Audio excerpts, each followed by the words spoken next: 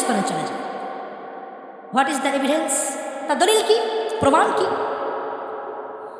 বিশ্বনবী সরকারে দো আলম মেরাজের রজনীতে পবিত্র বাইতুল্লাহ শরীফ মক্কাতুল মুকাররমা থেকে বাইতুল মাকদিসের মধ্যে বুরাক যোগে নিয়ে গেলেন, সাথে ছিলেন জিবরিল আমিন। এরপরে বাইতুল মাকদিস থেকে অনেক বড় ঘটনা সংক্ষিপ্ত হয় বলছি। বাইতুল মাকদিস থেকে বিশ্ব নবীকে সঙ্গে নিয়ে গেলেন রূহুল কুদুস জিবরিল আমিন।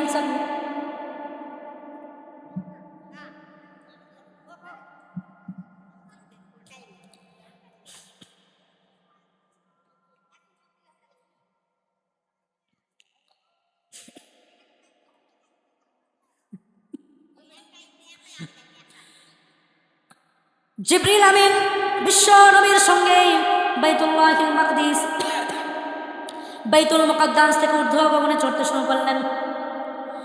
যখন এক আসমান, দ্বিতীয় আসমান, তৃতীয়, চতুর্থ করে সমস্ত আসমান পার হওয়ার পরে সিদরাতুল মুনতাহায় পৌঁছে গেলেন।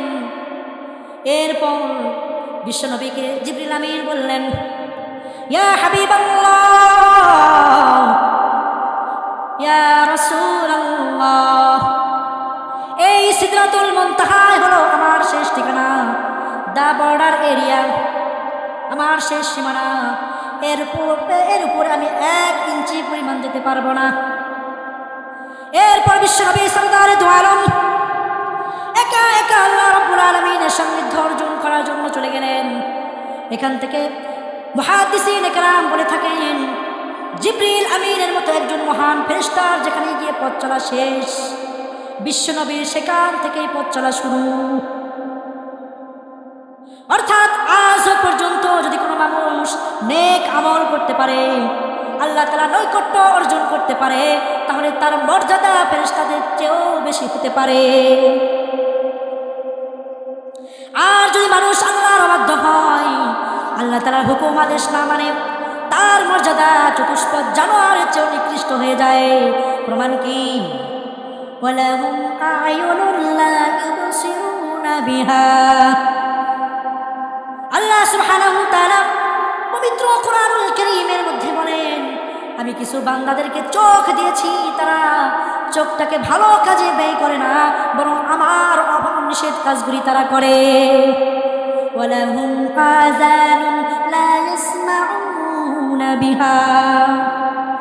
কিছু মানুষকে আমি আল্লাহ রাব্বুল আলামিন দয়া করে মায়া করে সৃষ্টি করে তাদেরকে আমি কান দিয়েছি, শ্রবণ শক্তি দিয়েছি, তারা আমার আদেশকে লঙ্ঘন করে আমার নাফরমানির কাজে তারা কানটাকে ব্যবহার করে।